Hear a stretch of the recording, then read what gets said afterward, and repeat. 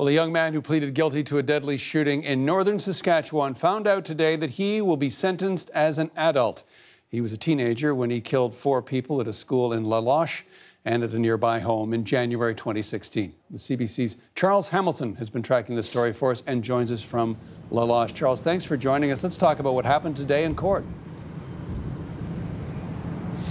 Well, just a few moments ago, an hour ago or so, inside of this courthouse behind me, the young man who is responsible for, what's considered one of the worst mass shootings in Canadian history was sentenced as an adult. That likely means he's going to spend the rest of his life behind bars. We're still trying to work out the details and when he'll be eligible for parole and that kind of thing, but we do know that he is sentenced as an adult. And for many people here who came into this courthouse to watch this sentencing take place, they were elated when the judge read out her final judgment that he would be sentenced as an adult. There were applauds in the courtroom. People were crying out, almost in joy, in relief. I mean, obviously there was the option here that he would receive a youth sentence, which would have been a much, much shorter sentence. And, there were obviously some mixed emotions as well. His family was here, and obviously they were very, very upset about the ruling. But, I think there's finally, after more than 2 years, perhaps some closure here for the community of Loche.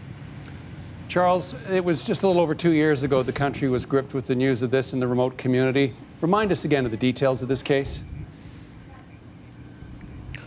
Well, it was January 22nd, 2016. This young man went home for lunch. He had attended school early in the morning, went home for lunch.